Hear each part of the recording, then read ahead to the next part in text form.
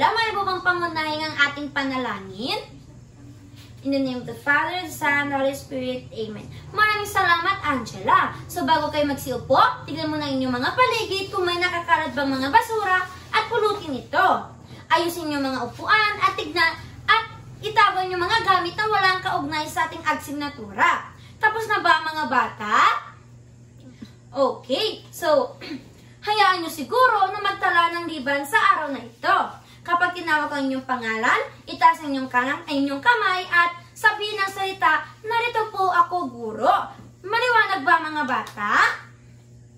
Okay, so Angela Francisco, Ruby Tagalog, Elaine De La Torre, Carmel Martinez, magaling! Walang lumiban sa araw na ito. At dahil dyan, bigyan ninyo mga sarili ng perfect lap. Mga bata, alam niyo ba kung paano gawin ang perfect lap?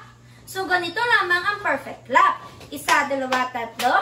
Isa, dalawa, tatlo. Perfect, perfect, perfect. So, magsitayo ang lahat para gawin ang perfect lap. Isa, dalawa, tatlo. Isa, dalawa, tatlo. Perfect, perfect, perfect. So, mga bata, magsipon ang lahat. So mga bata, upang magkaroon ng kaayusan ang ating klase, may inihanda siguro na mga alintuntunin na dapat niyo sundin sa loob ng aralin. So mga bata, basahin ang alintuntunin. So, itaas ang kamay kung nais sumagot o may nais sabihin sa guro. Makinig ng mabuti sa sinasabi ng guro. Umupo ng maayos, linisin ang iyong lugar kung ito ay may kalat. Maasahan ko ba yan sa pagsunod ninyo sa ating alintuntunin mga bata?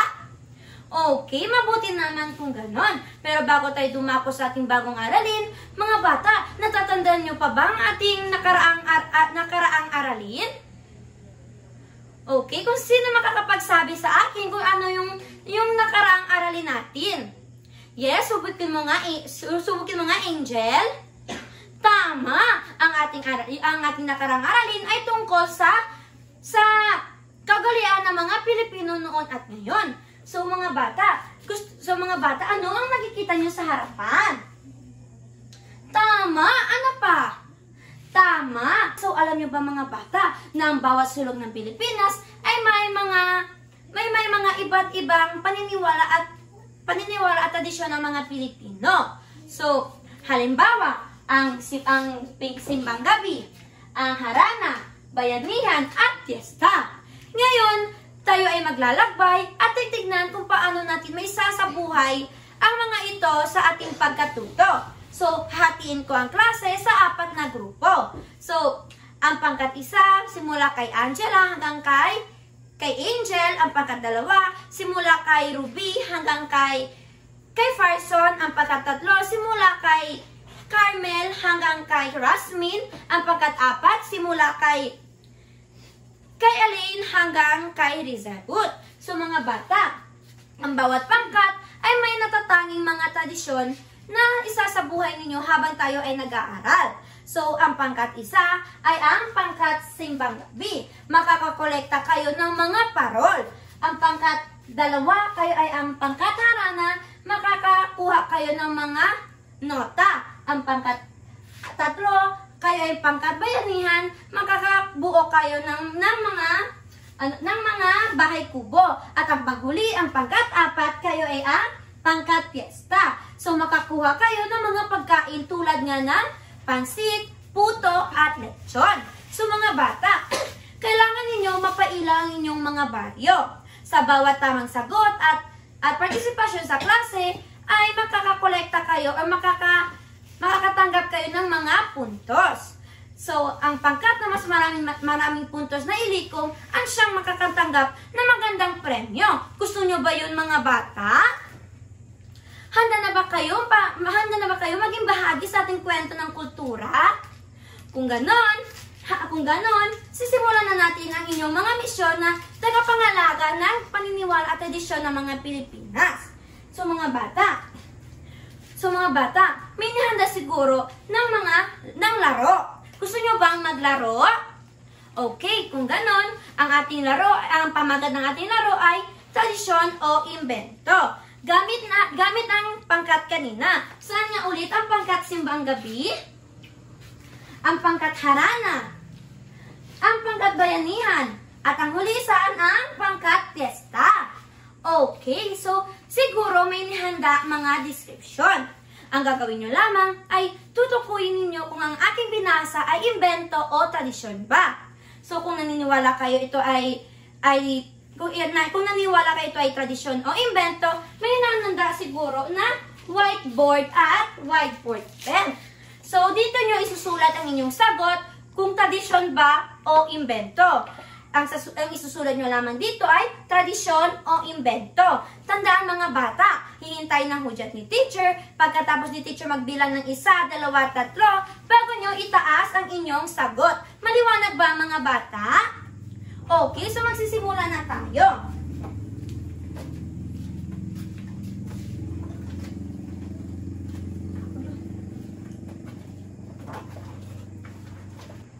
So magsisimula na tayo mga bata. So, pagmamano sa matanda? Tama, pangkat 1. So ito ay isang paraan ng paggalang sa nakakatanda. So, pagsuot ng sombrero habang naliligo tuwing bagong taon? O tama, pangkat 3.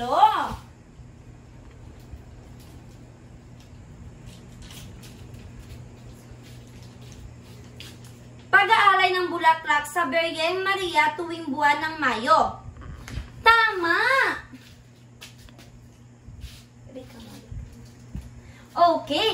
Okay, so ang pangkat, so pantay ang lahat ng pangkat nakakuha ng mga puntos. So, bigyan ninyo mga sarili ng wow galing clap. Mga bata, alam nyo ba kung paano gawin ang wow galing clap? So, ganito lamang ang wow galing clap. 1, 2, 3.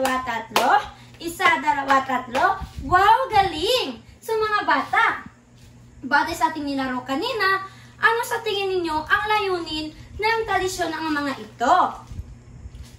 Okay, tama, Angel!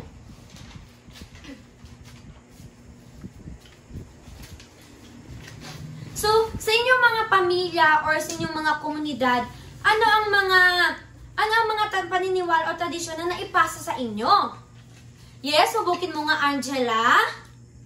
Magaling! At dahil dyan, makakatanggap ka ng puntos. Ano nga ikaw pangkat, Angela? Okay, pangkat simbang gabi. So mga bata, bago tayo dumako sa ating bagong talakayan, may handa siguro ng sobre na may nilalamang tradisyon tracker. Gamit ang 4 na pangkat kanina. So, ang gagawin nyo lamang ay isasagot ninyo ang mga katanungan na nasa loob ng sobre. Pagkat bibigyan ko lamang kayo ng 5 minuto para sagutin ang mga katanungan. Pagkatapos pumalakpak ng 3 beses, hudyat ay tapos na ang inyong ginagawa. So, tapos pumili kayo ng isang membro kada grupo para magpresenta sa inyong ginawang aktibidad. Tapos na ba mga bata? At okay, so ang pangkat 1 ang unang magpresenta sa inyong ginawa. Magaling! At lahat kayo ay nakasagot sa aking katanungan. At dahil dyan, bibigyan ko kayo ng 2 puntos kada grupo.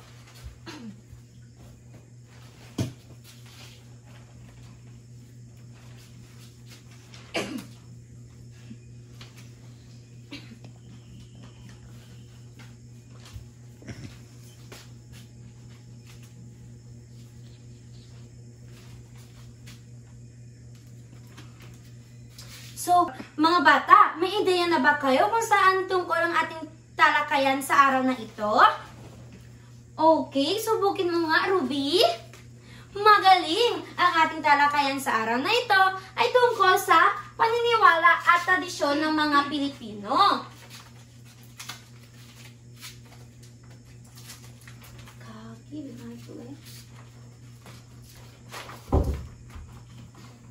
Basahin nyo nga mga bata. Okay, paniniwala at tradisyon. So, mga bata, alam nyo ba na ang mga paniniwala at tradisyon ay bahagi sa kultura ng mga Pilipino? Ipinapakita nito kung paano namumuhay ang ating mga ninuno at kung paano nila napapahalagahan ang kanilang mga pamilya, pananampalataya at pakikitungo sa kapwa. Hanggang ngayon, marami pa rin ang mga ugaling na sumusunod pa rin sa ating mga paniniwala at tradisyon. So, sa araling na ito ay ipinapakita ang sa araling na ito, kikilalanin natin ang iba't ibang paniniwala at tradisyon ng mga Pilipino na nagpapakita ng pagkakilanlan na bilang isang lahi. So, unawaan natin kung paano ang mga ito na nakapag-impluwensya sa ating pang-araw-araw na buhay, sa komunidad, sa tahanan, at sa pakikitungo sa kapwa.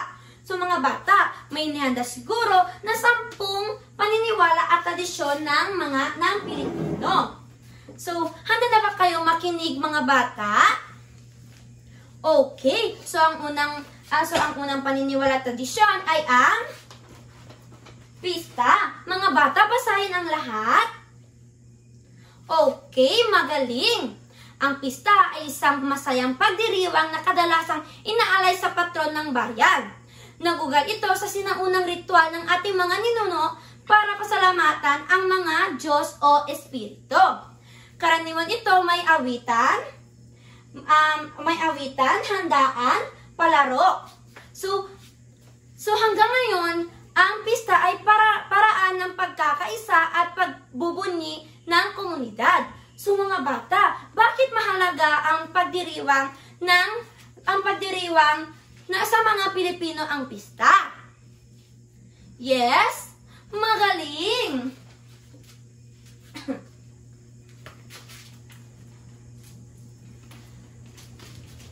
So, ang pangalawa ay ritual sa pagpapangalan ng sanggol. Mga bata, basahin nga ang lahat. Okay, magaling mga bata. So, ginagawa ang ritual bilang panawagan ng gawain ng espiritu.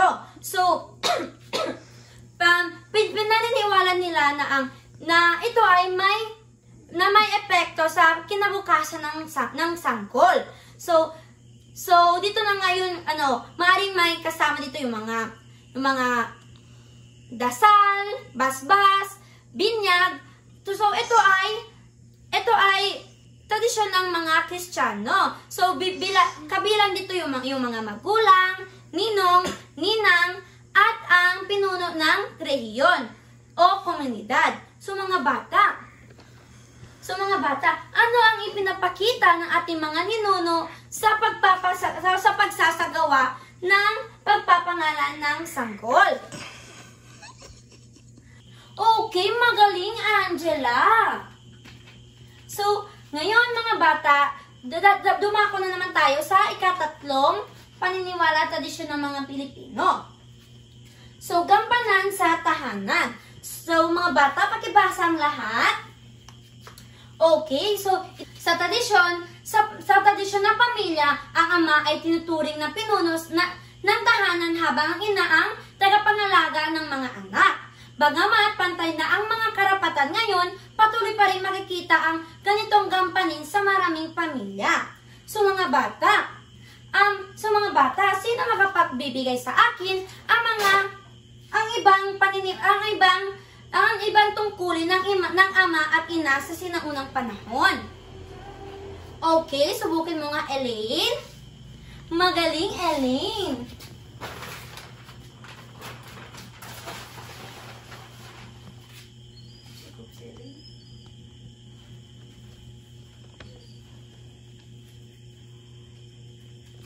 So ngayon mga bata, dadako na naman tayo sa ika-4 na paniniwala at tradisyon ng mga Pilipino. Okay mga bata, ngayon dadako naman tayo sa ika-4 na paniniwala at tradisyon ng mga Pilipino. So, pamamanhikan. So mga bata, pag-ibasa ang lahat. Okay, magaling mga bata. So ito ay formal na paghingi ng pahintulot sa pamilya ng babae. So, So ito ay ipinapakita ang respeto at pagpapahalaga sa pamilya. So mga bata, bakit mahalagang bahagi ng kultura ng mga Pilipino ang pamamanhikan? Okay, magaling, pangkat simbang gabi.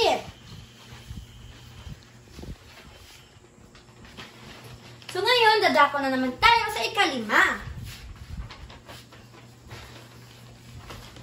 So, ang ikalimang paniniwala tradisyon ng Pilipino ay ang pakikisama. So mga bata, pag-ibasa nga ang lahat. Okay, so ito ay pakikibigay sa iba upang pananatili ang pagkakaunawaan. Isa tong mahalagang ugali ng Pilipino, lalo na sa pakikitungo sa kapitbahay, kaibigan at sa katrabaho. So mga bata, paano mo ipakita ang pakikisama sa iyong kaklase o kaibigan? Okay, magaling, Angela. Magaling talaga si Angela. Palagi na lang si Angela nagtataas ng kamay. Next.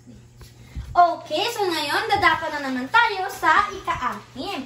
So ito ay ang pagdamay. So mga bata, pakibasa na ang lahat. Okay, magaling mga bata. So ito ay ibinapakita ang malasakit sa kapwa sa oras ng pangangailangan tulad ng sakuna o pagdadalamhati. So mga bata, sa anong paraan kayo makakatulong sa inyong kaibigan na may problema? Okay, magaling. Okay, so ngayon, dadako na naman tayo sa...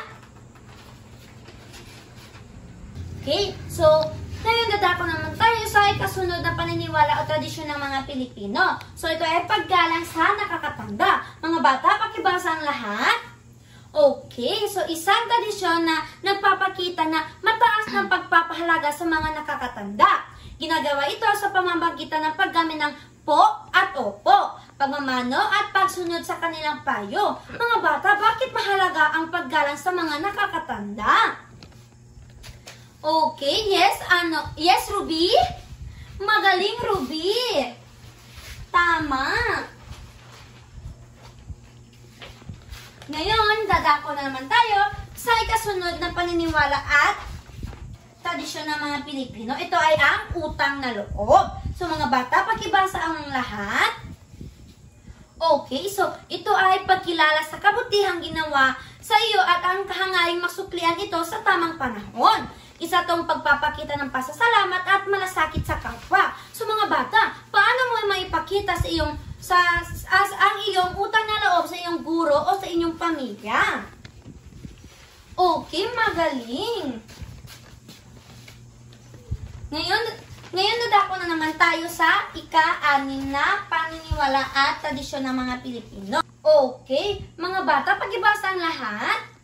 Okay, so ang mga Pilipino ay kilala sa pagiging matapang sa harap ng panganib at sa pagiging tapat sa salita at sa gawa. Mahalaga ito lalo na sa paninindigan at pagtupad sa tungkulin. So, mga bata, bakit mahalaga ang pagiging tapat sa salita at sa gawa? Yes, subukin mo nga, Angel. Magaling, Angel. So ngayon, dadako na naman tayo sa huling paniniwala at tradisyon ng mga Pilipino. So ito ay pamahiin. So mga bata, pakibasa ang lahat. Okay, magaling mga bata. So paniniwala mula sa mula sa ninuno na sinusunod pa rin natin hanggang ngayon bilang respeto sa tradisyon o dahil sa epekto nito. Halimbawa nga dito ang bawal magwali sa gabi, baka mawala ang swerte. So mga bata, ano mga pamahiin ang alam nyo at sinusunod sa inyong mga pamilya at bakit? Yes, subukin mo nga, Ruby. Magaling, Ruby.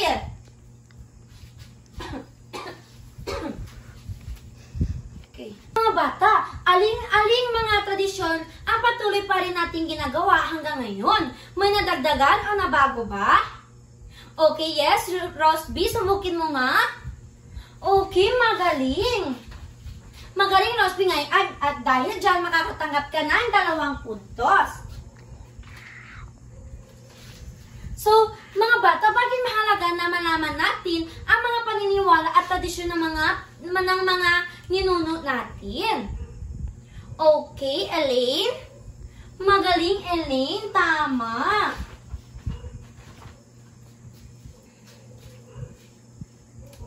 So ngayon, mga bata, nalaman na natin ang mga sinaunang tradisyon at paniniwala ng mga Pilipino. Ngayon, batay sa ating tinalakay, patungkol saan ito? Tama, ang ating tinalakay ay patungkol sa paniniwala at tradisyon ng mga Pilipino. So ano-ano naman ang mga paniniwala at tradisyon ng ating tinalakay? Sino makakasabi sa akin ang 10 paniniwala at tradisyon ng ating tinalakay? Okay, subukin mo nga, Elaine. Magaling, Elaine, at dahil dyan, makakatanggap ka ng 2 puntos.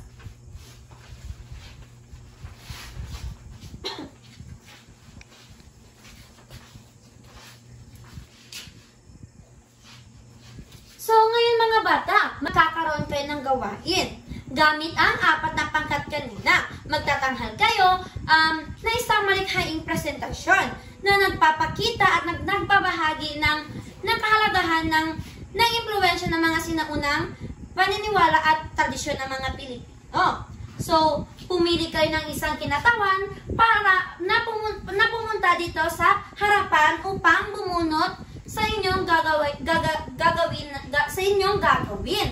So, may inihanda ako na ibubunot ninyo na gagawin yung pagtatanghal. So, bibigyan ko lamang kayo ng 5 minuto para mapaghandaan at pagplanuhan ang inyong gagawin na pagtatanghal. So, ang pangkatisa ay nakabunod na. Okay, so, ang pangkatisa ay bumuo ng isang awiting. Ang pangkatisa ay bumuo ng isang awiting na may temang sinaunang paniniwala. Ang pangkatdalawa, so, isadula ang pamamanhika noong unang panahon. Ang pangkatatlo, bumuo ng isang tula tungkol sa panliligaw. At ang huli, ang pangkat-4, sila ay magsasagawa ng isang pamahiin na pamamagitan ng katutubong sayaw. So mga bata, handa na ba kayo? Handa na ba kayo? Okay, so ang pangkat-isa ay una magpresenta dito sa harapan. Magaling mga bata at lahat nga kayo ay mga talento. At dahil dyan, bigyan niyo mga sarili ng 5 bagsak. Sa 2, 3, 4, 5. Okay, at dahil dyan, makakatanggap kayo ng 3 puntos kada grupo.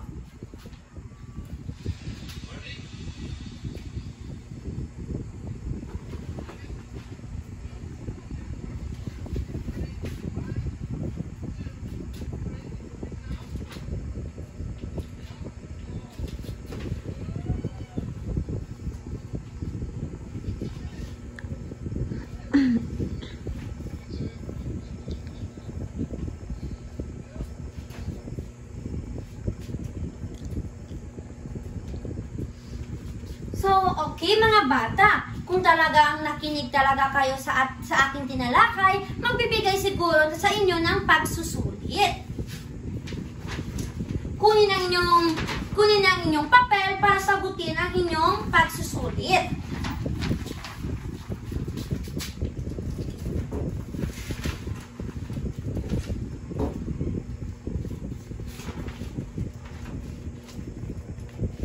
Okay, so mga bata,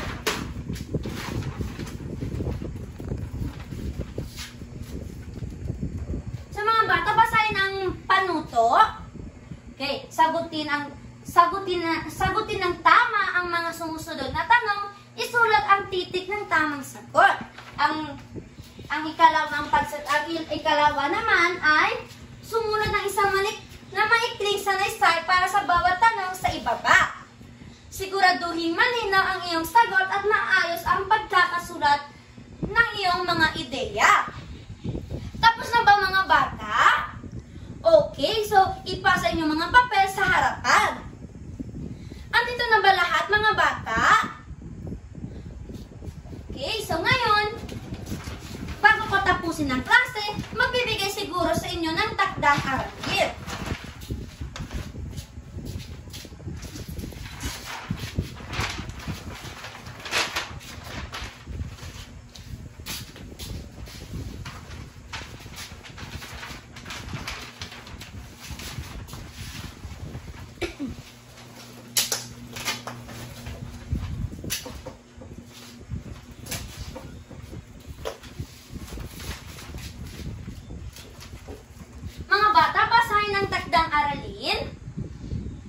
Okay, magtanong o magsasagawa ng panayam sa isang matanda sa inyong tahanan. Magulang, lolo, lola, tiyohin o tiyahin. So, tungkol sa isang sinaunang paniniwala o tradisyon na ginagawa noon, isulat ang mga sumusunod sa papel. So, mga bata, kunin ninyo ang kwaderno sa araling panlipunan. So, ang unang tanong ay, ano ang paniniwala o tradisyon? Ang pangalawang tanong, kailan ito ginawa? Ang tatlong tanong ay ikatatong tanong, ano ang kahalagaan nito noon? At ang ikaapat na tanong, ginagawa pa rin ba ito ngayon? Bakit oo o bakit naman hindi? Ang ikahuling tanong ay, ano ang natutunan mo sa kanilang ibinahagi? Tapos na ba mga bata? Magaling! At ngayon ay titignan natin kung sino ang nanalo sa ating insentibong chart. So, sino nga dito ang mas napailaw ang kanilang mga baryo? Okay, ngayon, bilangin na natin ang inyong mga puntos. Ang pagkatsimbang gabi ay 1, 2, 3, 4, 5, 6, 7, 8, 9, 10. Ang pangkatharana ay 1, 2, 3, 4, 5, 6, 7, 8, 9, 10 din. Ang pangkatatlo, 1, 2, 3, 4, 5, 6, 7, 8, 9, 10. At ang huli ay 1, 2, 3, 4, 5, 6, 7, 8, 9, 10. Magaling! At lahat kayo ay pantay-pantayin yung mga puntos. At dahil dyan, lahat kayo ay makakatanggap ng magandang premyo. Ngayon mga bata, magsitayo ang lahat para sa ating pangwakas na panalangin. Okay, Elaine, malay mo bang pangunahin ang ating pangwakas na panalangin? Okay, so in the name of the Father, Son, and the Holy Spirit, Amen. Okay. Paalam na mga bata.